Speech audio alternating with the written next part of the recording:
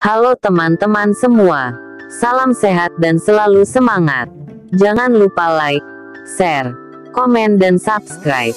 Perjalanan kali ini dimulai dari seputaran Senayan Jakarta Selatan ke arah seputaran Pancoran Jakarta Selatan. Selalu patuhi rambu berlalu lintas dan tertib di jalan. Jangan lupa selalu pakai masker. Jangan buang sampah plastik sembarangan. Ayo selamatkan bumi. Selamat menonton dan mendengarkan. Terima kasih. Pancoran adalah sebuah kecamatan yang masuk ke dalam daerah khusus ibu kota Jakarta. Kecamatan Pancoran terkenal dengan salah satu ikon yang disebut dengan nama Tugu Pancoran. Tugu Pancoran ini juga memiliki nama lain yaitu Tugu Dirgantara. Selain itu, Pancoran juga memiliki kisah asal-usulnya. Dahulu suatu waktu terdapat sebuah kerajaan di sebuah hamparan lembah yang hijau dan subur. Kerajaan tersebut dipimpin oleh seorang raja yang adil dan bijaksana. Sang raja memiliki 3 putra, yang tertua bernama Pangeran Jaya, yang kedua Pangeran Suta dan paling bungsu bernama Pangeran Gerindra. Suatu hari sang raja memutuskan untuk berkeliling negerinya. Raja melihat hamparan sawah yang subur.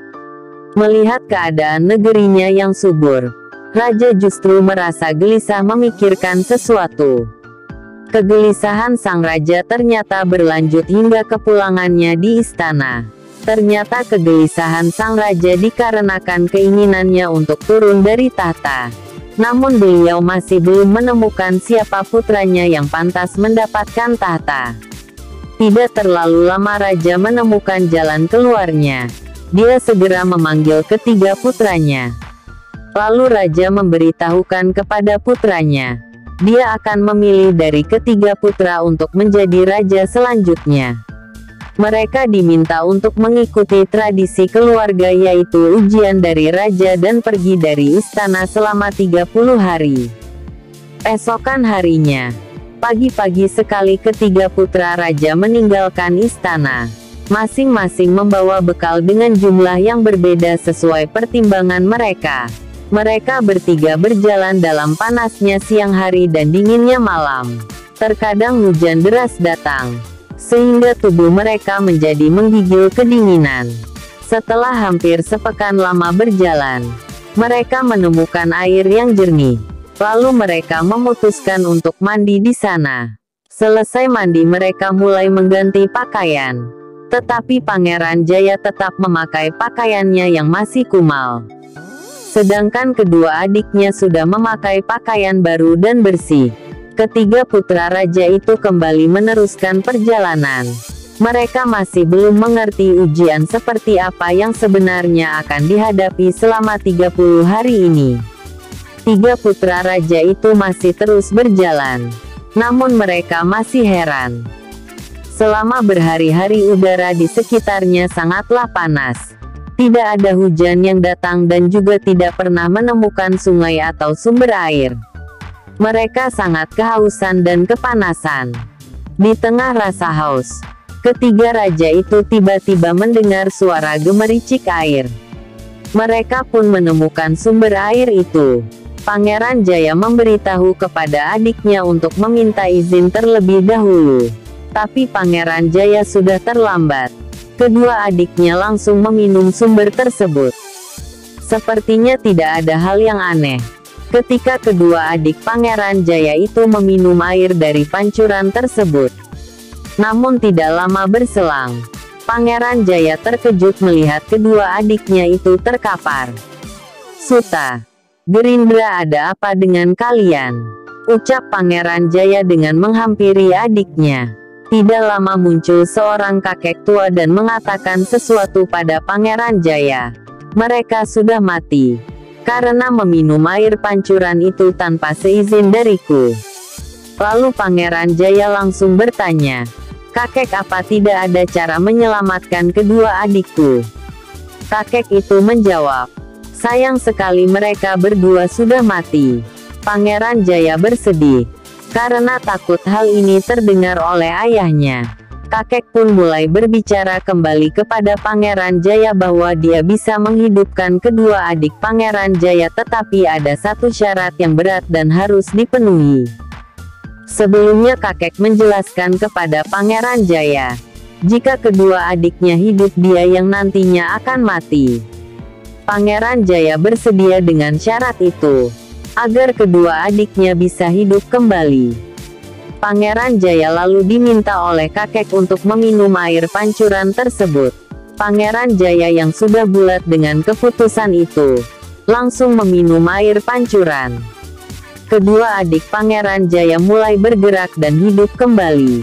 Pangeran Jaya juga bingung, kenapa dia tidak mati selesai meminum air pancuran itu. Kakek, aku sudah meminum pancuran air itu. Kedua adikku sudah hidup. Lalu ke apa aku masih belum mati? Ucap Pangeran Jaya kepada kakek. Jaya, dengan demikian, kami telah lulus dari ujian. Ucap si kakek itu. Betapa terkejutnya mereka bertiga, ketika wajah kakek itu berubah. Ternyata itu adalah sang raja. Ternyata pancuran tersebut merupakan puncak ujian dari sang raja. Dengan itu raja pun memilih Pangeran Jaya untuk meneruskan tahta beliau sesuai tradisi kerajaan. Pangeran Jaya mulai menggantikan ayahnya sebagai raja. Dia meneruskan warisan ayahnya sebagai raja yang adil dan bijaksana, dan sejak itulah tempat pancuran air tersebut dikenal dengan nama Pancoran. Itulah cerita rakyat DKI Jakarta, asal-usul dari Pancoran.